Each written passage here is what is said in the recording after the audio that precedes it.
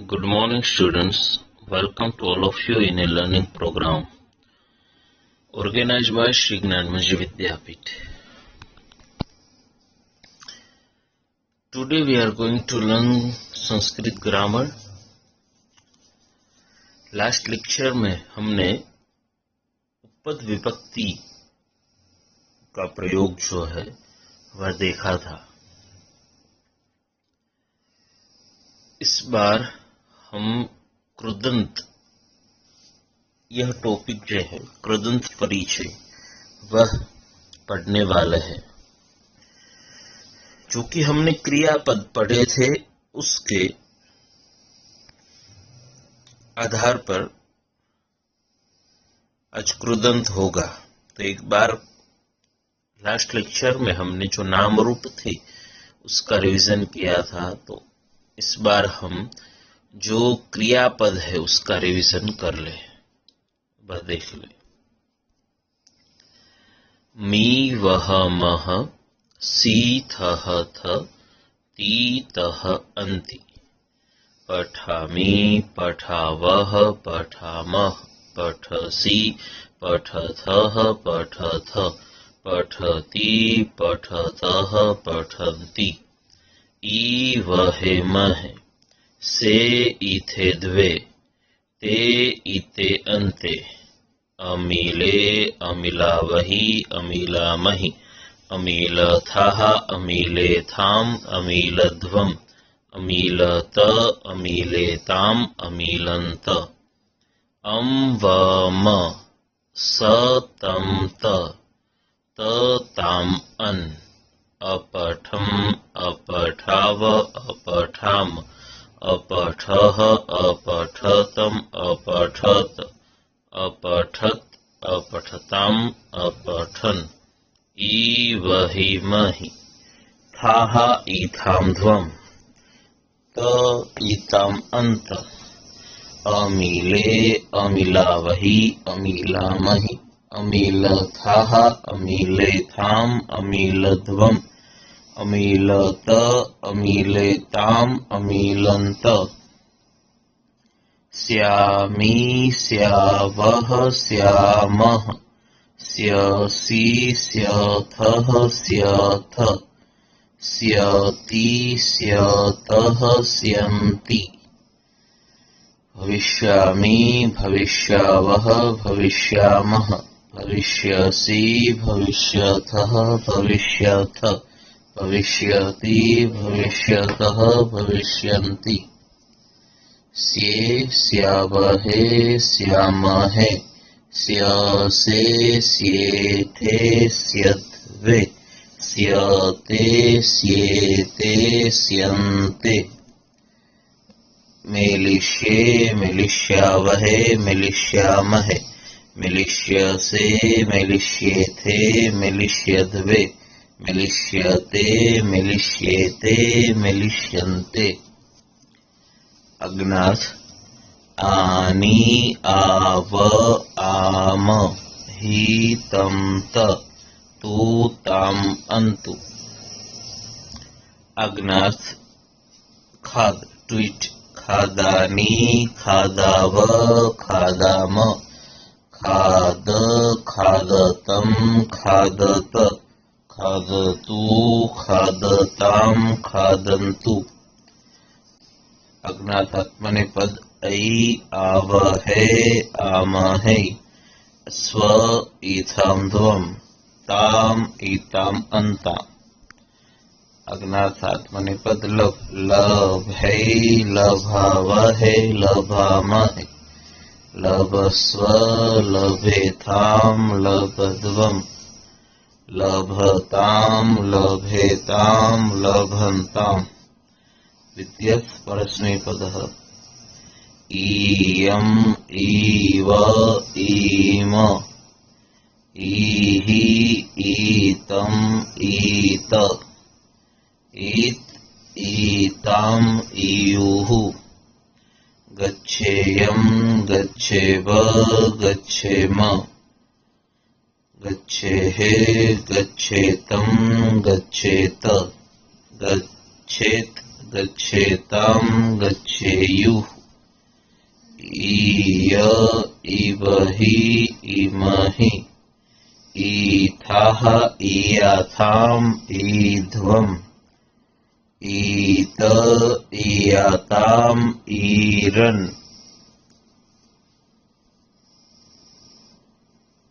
विद्येय विद्येवहि विद्येमहि विद्येथाः विद्येयाथाम् विद्येध्वम् विद्येत विद्येयाताम् विद्येरन्।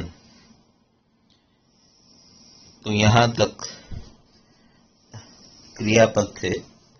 एक बार हमने बोल के उसका रिवीजन कर लिया। इसको आपको रोज या वीकली 2 या 3 बार नाम रूप और क्रियापद का रिवीजन करना चाहिए, उसको दोहराना चाहिए, जिससे आपको अच्छी तरह से वह याद हो जाए। आज का हमारा टॉपिक है कृदंत पार्टिसिपल। कृदंत यानी कि कृत, जिस शब्द के अंत में कृत प्रत्यय यानी कि सफिक्स लगाने से जो क्रियापद बनता है उसे कृदंत कहते हैं। जो हमने क्रियापद देखे उसमें जो प्रत्यय थे मी वह म सी थ ये तिगंत सफिक्स थे, तिंग सफिक्स ती वगैरह, ठीक है।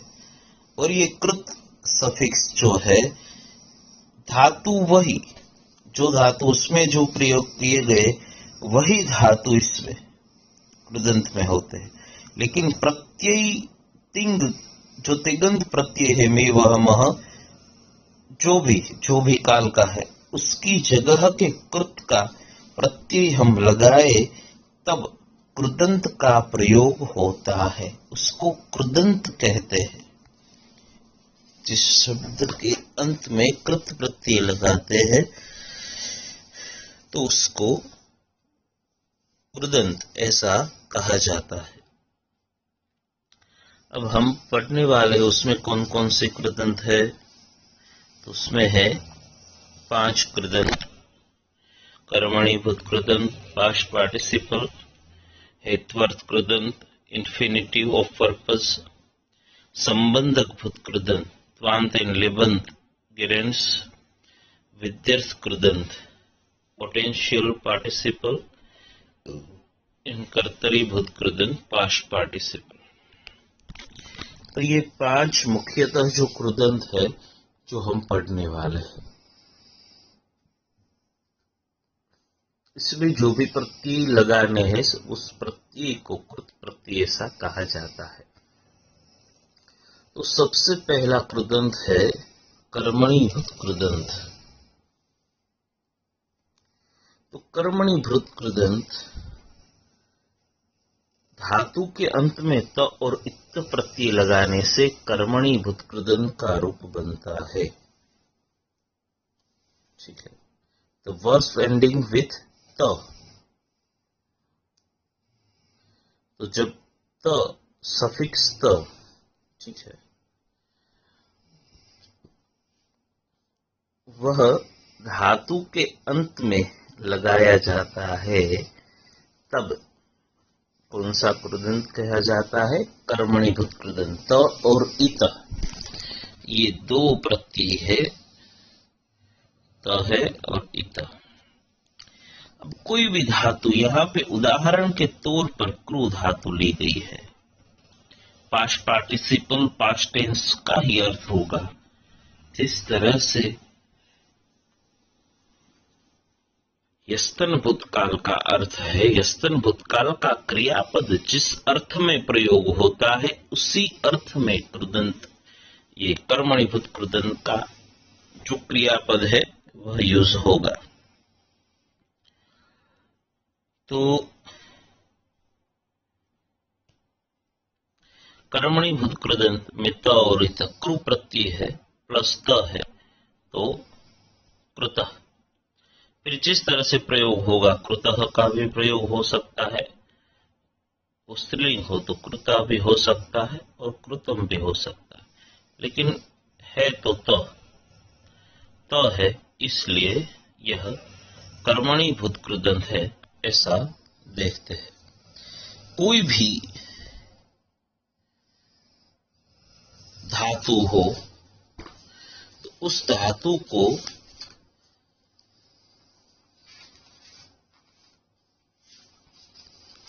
कर्मणि भूत कृदंत का जो कृत प्रत्यय है वह लगाने से यह कृदंत का प्रयोग हो जाएगा।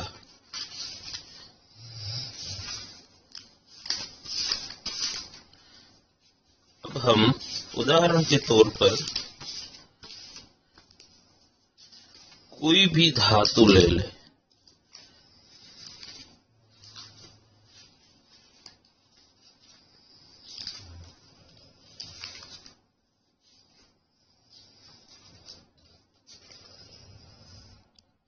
क्रीड धातु ले लें।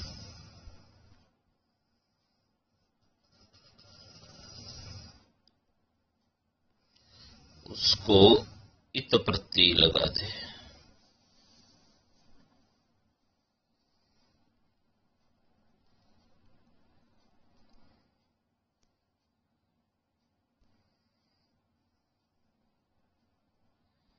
तो बन जाएगा क्री डी त।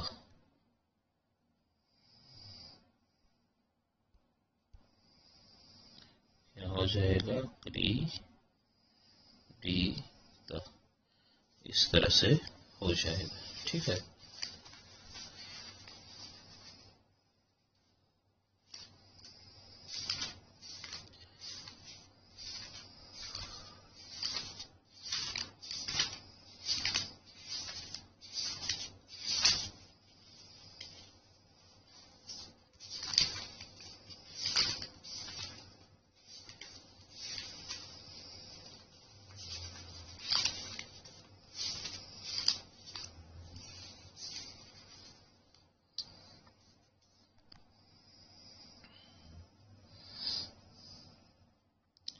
अर्ची यानी पूजा करना, इत प्रत्यय लग जाएगा।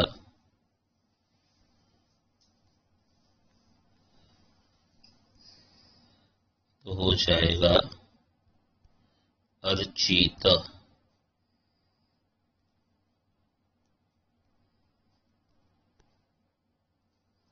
देखो यहाँ पे मैंने दिए हुए हैं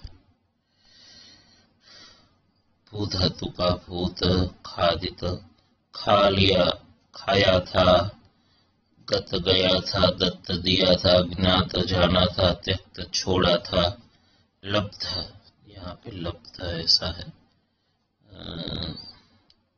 यह जो है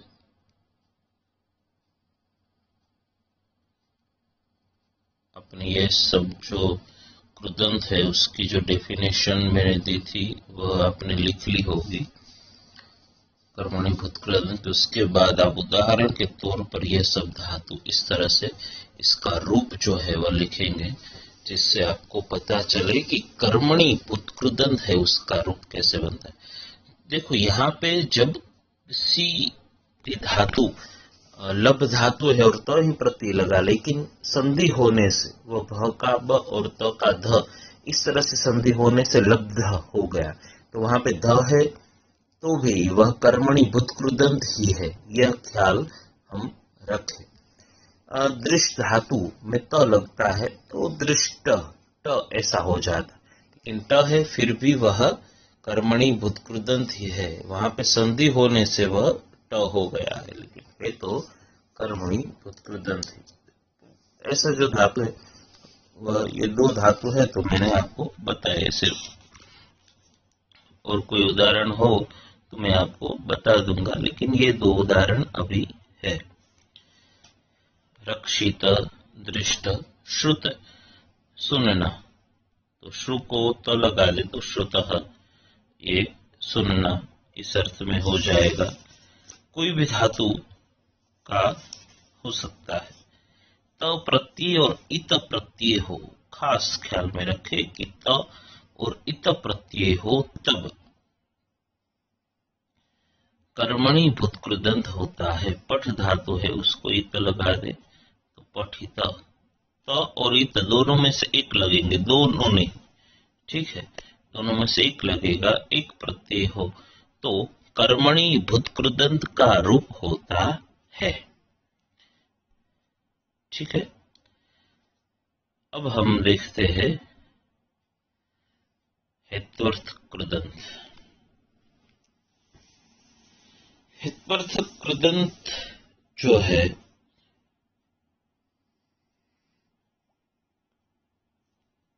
इन्फिनिटिव ऑफ पर्पस, कहते हैं कि धातु के अंत में तुम और इतुम प्रत्यय लगाने से हेत्वर्थ कृदंत का रूप बनता है। तुम और इतुम यह के लिए इसके अर्थ में प्रयोग होता है, फॉर, इसके अर्थ में यह प्रयोग होता है। ज्ञा को तुम लगाया तो ज्ञा तुम हो गया।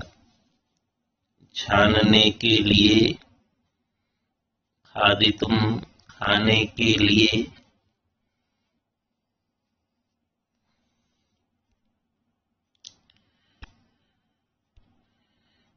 भू को तुम लगा तो भवि तुम हुआ। यहाँ पे खादी तुम नहीं है, कर तुम, ऐसा, ये क्रू प्लस तुम तो हो जाएगा कर तुम। ठीक है, ये दूसरे का आंसर होगा कर तुम।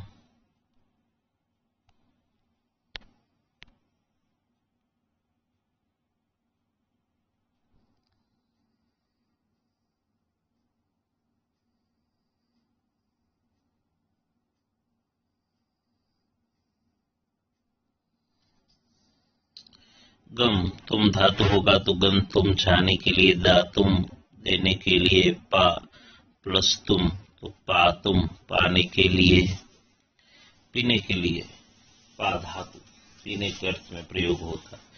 त्यज तुम, त्यक तुम छोड़ने के लिए, लभ तुम, लब्धुम लाभ लेने के लिए, प्राप्त करने के लिए, रक्ष तुम, रक्षितुम रक्षा करने के लिए, दृष्टुम द्रष्टुम देखने के लिए। तो इस तरह से के लिए इस अर्थ में प्रयोग होता है।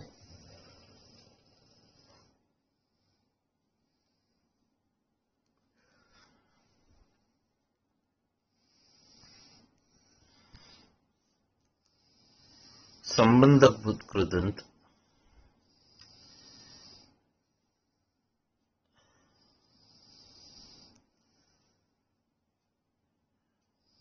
संबंधक भूत कृदंत धातु के अंत में त्वा और इत्वा प्रत्यय लगाने से संबंधक भूत कृदंत का रूप बनता है।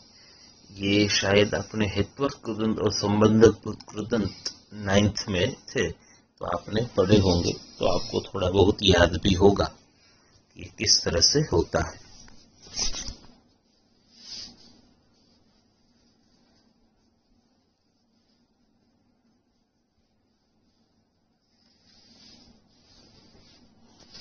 धातु को त्वा और इत्वा प्रत्यय लगाने से संबंधक भूत कृदंत का क्रियापद होता है।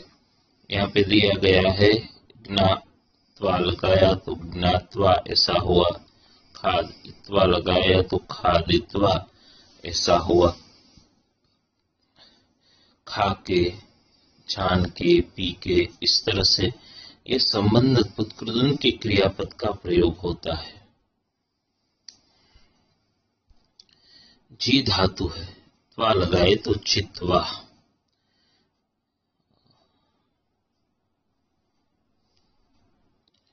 क्रू धातु है, उसको त्वा लगाए तो हुआ कृत्वा।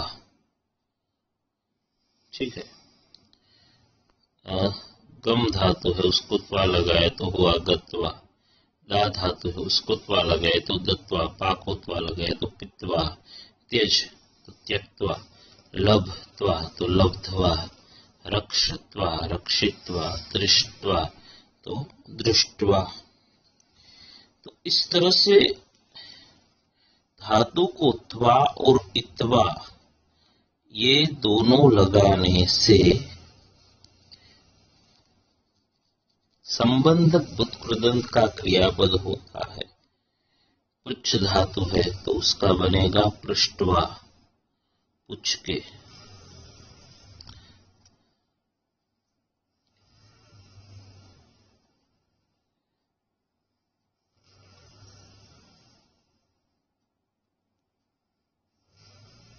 रचितवा, पूजा करके, पूजन।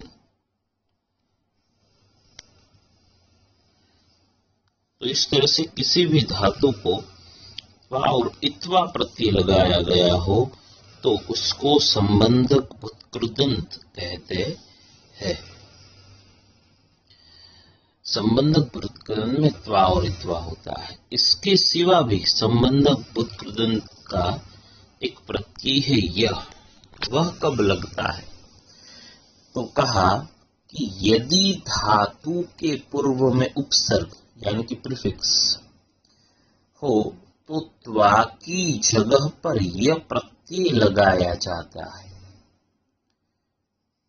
सफिक्स जो कि अंत में होता है प्रत्यय धातु के और प्रीफिक्स जो कि धातु के आगे उपसर्ग जो धातु के आगे लगता है।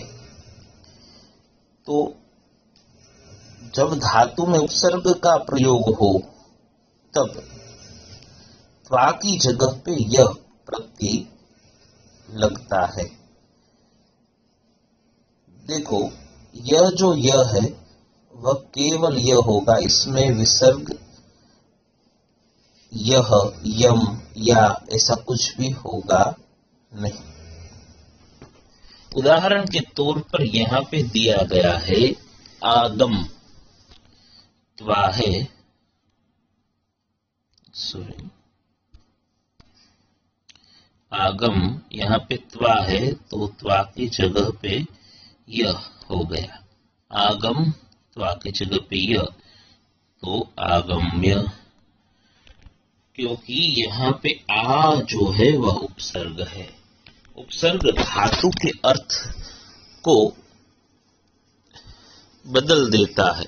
गम धातु जाने के अर्थ में है गया तो आ लग गया तो आ आने के अर्थ में हो गया आ करके आगम्य। गम्य तो झाके,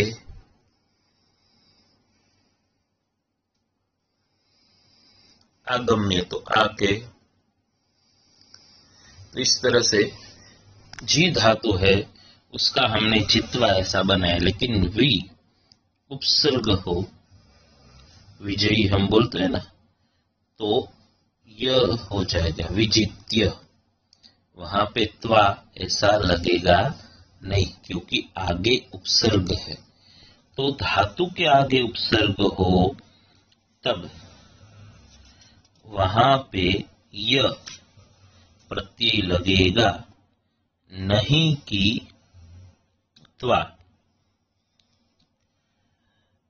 दूसरे उदाहरण थोड़े से हम देखते हैं। अतिक्रम्य, ये सब संबंधक बुत्कृदंत की यह वाले उदाहरण है। अतिक्रम्य, अनुभूय, देखो अनु ये उपसर्ग है और भू धातु है, उसमें हम भूत्वा ऐसा बनता है, लेकिन अनु लगा तो अनुभूय, अनुभव करके, अनुभूय ऐसा होगा। ठीक है। उत्थाय,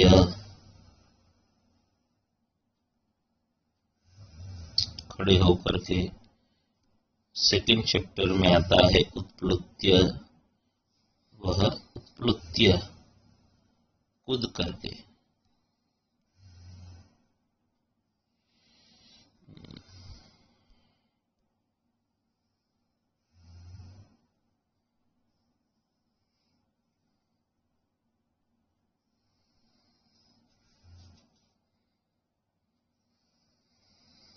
प्रविश्य, प्रवेश करके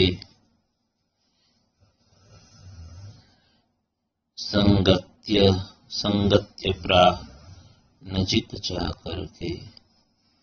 ठीक है, तो यह सब हुए संबंधक भूतकृदंत के, जहां पे धातु के आगे उपसर्ग प्रीफिक्स है तो वहां पे त्वा की जगह पर यह हो जाएगा।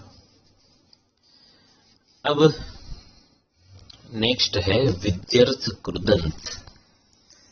विद्यर्थ कृदंत कब होता है? तो है कि धातु के अंत में तव्य, इतव्य, अनीय और य प्रत्यय लगाने से विद्यर्थ कृदंत का रूप बनता है।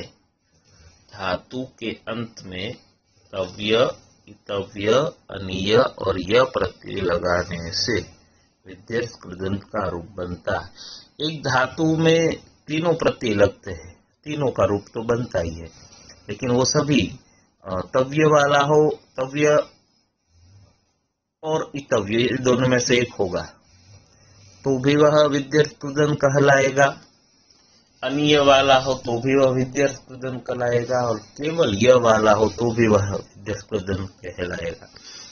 अब प्रश्न यह होगा कि केवल यह है तो संबंधक भूतकृदंत में भी यह है और विद्यर्थ कृदंत में भी यह है, तो इसमें क्या फर्क है? तो विद्यर्थ कृदंत वाला यह है, वह एक तो धातु के आगे उपसर्ग नहीं होगा, विद्यर्थ कृदंत में यह लगा होगा, और दूसरा केवल यह नहीं होगा। संबंधक भूतकृदंत का यह जो है उसमें कभी विसर्ग म, यह, यम, या ऐसा होता ही नहीं। आगम्य यानी आगम्य ही, कहीं पे भी आप उसका यूज कर ले तो आगम्य ऐसा ही, सेंटेंस में भी वही विजित्य, प्रविश्य ऐसा ही होगा, उसमें प्रविश्य, प्रविश्यम ऐसा हो सकता नहीं है। और यह जो विद्यर्थ कृदंत का यह वाला जो प्रयोग होगा उसमें ऐसा हो सकता है। अब हम देखें कि ज्ञा, उसमें तव्य लगाया दा, उसमें तव्य लगाया तो हुआ दातव्य, अनीय लगाया तो दानीय और यह लगाया तो देय। खाद है उसमें इतव्य लगता है तो बना खादितव्य। खाद उसमें अनीय लगाया तो बनता है खादनीय, और यह लगाया तो खाद्य। हम कहते हैं खाद्य पदार्थ। विद्यर्थ पोटेंशियल पार्टिसिपल यानी कि ऐसा करना चाहिए, खाने के योग्य है, देय देने के योग्य है, पेय पीने के योग्य है, इसलिए ये सब विद्यर्थ कृदंत के प्रयोग है। पेय जल, खाद्य पदार्थ यानी कि खाने योग्य पदार्थ। दूसरे उदाहरण थोड़े से देखते हैं।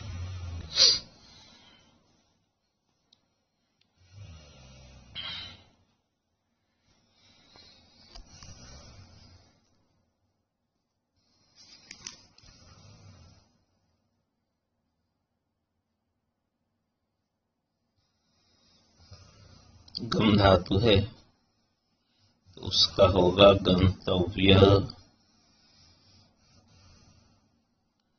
गमनीय और गम्य।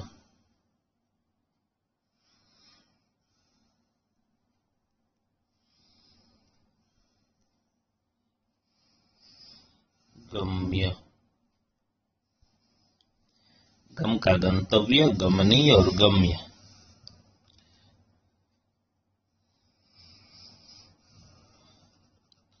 ज्ञा धातु है उसका तव्य लगाने से ज्ञातव्य,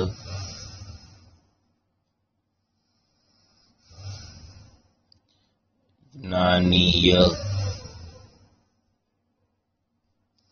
और ज्ञेय, जानने योग्य। फिर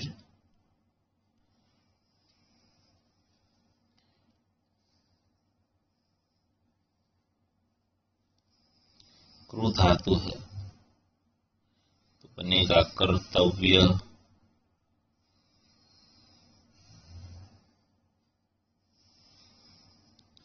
करणीय,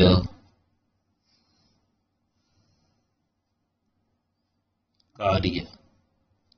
करने योग्य जो है तो क्या है? कार्य।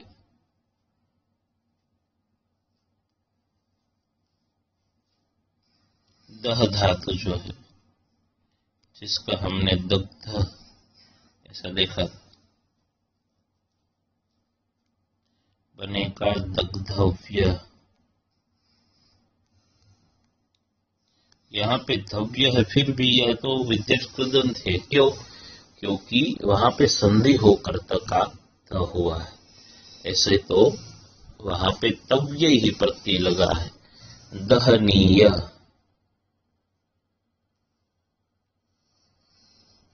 और दाह्य।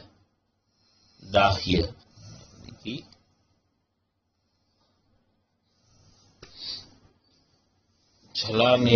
जला देता है, ऐसा ज्वलनशील हो तो उसको दाह्य कहता है। जलाने के योग्य ये दाह्य है, तो उससे दूर रहना चाहिए। तो इस तरह से विद्यर्थ कृदंत उसके प्रत्यय है तव्य, इतव्य और अनीय। और य जब हो तब विद्यर्थ कृदंत होता है। अब लास्ट अंतिम कृदंत है कर्तरीभूत कृदंत। धातु के अंत में तवत और तवती प्रत्यय लगाने से कर्तरीभूत कृदंत का रूप बनता है। कर्तरीभूत कृदंत जो कि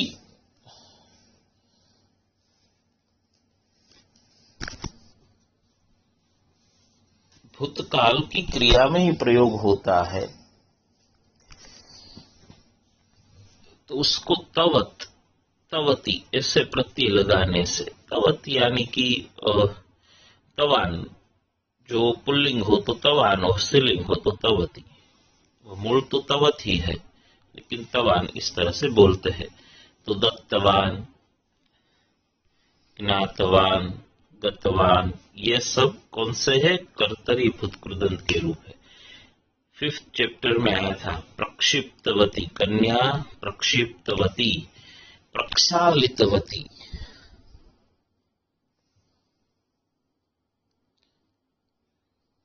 प्रक्षालितवती ऐसा भी आया था। निवेदितवती ऐसा आया था उसमें। तो 5th चैप्टर है, उसमें बहुत प्रयोग है इसके। फिर प्राप्तवान,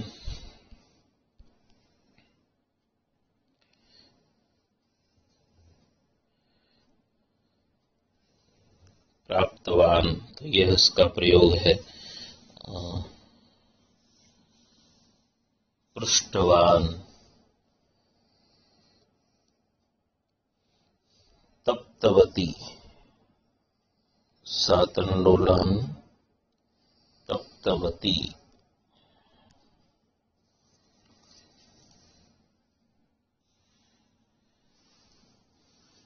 आगतवान,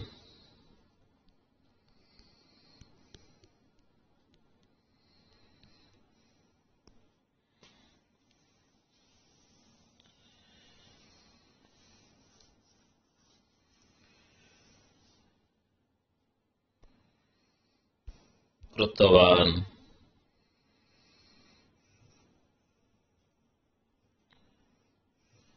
तो ये सभी कर्तरीभूत कृदंत के प्रयोग है। तो जब तवान और तवती प्रत्यय, तवत और तवती प्रत्यय हो, तब कर्तरीभूत कृदंत का क्रियापद बनता है। तो कृदंत में मुख्यतः क्या याद रखना है? सिर्फ इतना ही, इत और इत प्रत्यय हो तो वह कर्मणिभूत कृदंत का है। तुम इतुम है तो ये दो प्रत्यय जो है वही हमको याद रखने हैं। उससे ही हमको पता चल जाएगा कौन सा कृदंत है। सबसे सरल टॉपिक हो ग्रामर में तो ये कृदंत का है। फिर से एक बार हम प्रत्यय देख ले कि कर्मणिभूत कृदंत जब त और इत प्रत्यय ये दो ही बात याद रखने। यह कर्मणीभूत कृदंत है तो त और इत, ये कर्मणीभूत कृदंत क्या है? ठीक है, तो कृत, भूत, खादित, गत, दत्त, ज्ञात, त्यक्त, लब्ध, रक्षित, दृष्ट। फिर है हेत्वर्थ कृदंत। तुम और इतुम जो है वह हेत्वर्थ कृदंत के है। भवितुम, खादितुम, गंतुम, दातुम, पातुम, त्यक्तुम, लब्धुम, रक्षितुम, द्रष्टुम। फिर है त्वा इत्वा। संबंधक बुद्ध कृदंत के दो प्रत्यय है, त्वा और इत्वा। ज्ञात्वा, खादित्वा, चित्वा, गत्वा, दत्वा, पीत्वा, त्यक्त्वा, लब्ध्वा, रक्षित्वा, दृष्ट्वा। फिर है संबंधक बुद्ध कृदंत में धातु के पूर्व में यदि उपसर्ग हो तो वहां पे त्वा की जगह पर यह हो जाएगा। तो वह हमने देखा आगम्य, विजित्य, प्रविश्य, ये सब उदाहरण। फिर विध्यर्थ कृदंत तव्य, इतव्य, अनीय और य प्रत्यय जब हो तब विध्यर्थ कृदंत का रूप बनता है। इसमें ये चारों प्रत्यय है, इसमें तव्य और इतव्य इस तरह से है, और अनीय और य, दातव्य, दानीय, देय, खादितव्य, खादनीय, खाद्य। फिर है कर्तरी भूत कृदंत। तवान और तवती प्रत्यय हो तब कर्तरी भूत कृदंत का प्रयोग होता है। दत्तवान, ज्ञातवान, गतवान, प्रक्षिप्तवती और निवेदितवती। अब ये किस तरह से पूछे जाते हैं? तो उसमें 3 क्वेश्चन उदाहरण के रूप में मैंने आपको यहाँ पे दिए हैं। देखो, तम जलाशयम दृष्ट्वा धीवरैः उक्तम रेखांकितस्य कृदन्तस्य प्रकारः लिखत। इस तरह से अंडरलाइन वर्ड होगा तो अंडरलाइन वर्ड जो है वह कृदंत है। वह कौन सा कृदंत है? तो दृष्ट्वा, ये कौन सा कृदंत है? कौन सा प्रत्यय है? त्वा। तो त्वा किसका प्रत्यय है? तो संबंधक भूत कृदंत। तो इस क्वेश्चन में आपको, इसमें ऑप्शन नहीं दिए गए होंगे कौन से 3, इसमें आपको सीधा लिख देना है, आपको आता हो तो, संबंधक भूत कृदंत किस तरह से। ठीक है,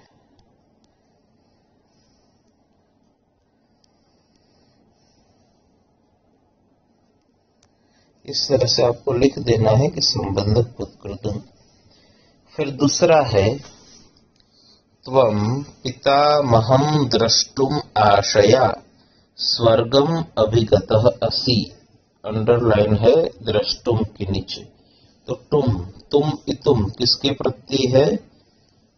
हेत्वर्थ कृदंत के। तो ये हो जाएगा हेत्वर्थ कृदंत।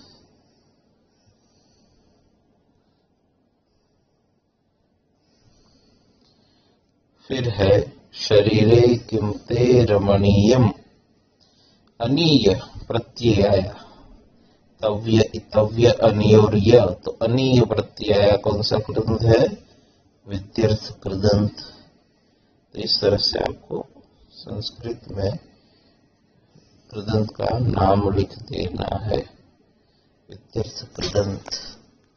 इस तरह से पूछा जाएगा। अंडरलाइन वर्ड है, उसमें कौन सा कृदंत है वह आपको पता चल जाना चाहिए, और पता ही चल जाएगा क्योंकि आपको पता होना चाहिए कर्मणीभूत कृदंत में त और इत है, हेत्वर्थ कृदंत में तुम, इतुम, संबंधक भूत कृदंत में त्वा, इत्वा और उपसर्ग हो आगे तो य, विध्यर्थ कृदंत में तव्य, इतव्य, अनीय और य, और कर्तरीभूत कृदंत में तवान, तवती। इस तरह के प्रत्यय होते हैं। तो यह है कृदंत, ये 5 कृदंत जो हमको पढ़ने थे वह हम पढ़े। आपको जो कृदंत है उसके प्रति अच्छी तरह से याद होने चाहिए। तो कृदंत कौन सा है वह तुरंत ही पता चल जाता है। आप सभी होमवर्क में मैंने बोला था कि टेक्स्ट बुक जो है उसमें जो ग्लोसरी दी गई है, शब्दार्थ टिप्पणी, उसमें धातु दिए, नाम रूप और कृदंत भी दिए गए हैं। तो उसमें से 5 कृदंत के 10-10 उदाहरण आपको लिखने हैं। आपको ऊपर लिखना है कर्मणीभूत कृदंत। फिर मैंने जिस तरह से उदाहरण दिए थे कि भूत, ज्ञात, खादित, पठित, तो ऐसे 10 लिखे कर्मणीभूत कृदंत के। फिर दूसरा कृदंत हेतुअर्थ कृदंत, तो उसमें मैंने जो लिखे हैं वह नहीं आने चाहिए। मैंने जो पढ़ाने में आज उदाहरण दिए वो उदाहरण नहीं आने चाहिए, उसके सिवा के 10 होने चाहिए। ठीक है।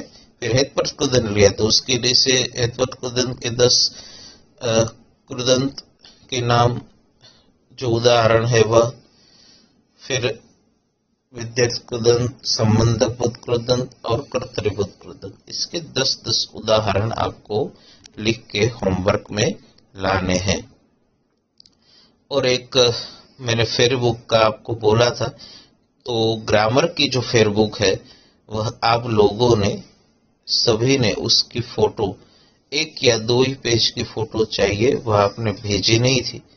तो दूसरी बार मैं आपको बोलता हूँ कि वह जल्द ही जल्द आप ग्रामर की जो मैंने बोला था वह फोटो, एक बार जो फेयरबुक है उसमें से 1 या 2 पेज के फोटो भेज दिए, आप जो रोज लिखते हैं वह। ठीक है, यह लेक्चर के समय जो लिखते हैं वह। Okay, thank you very much.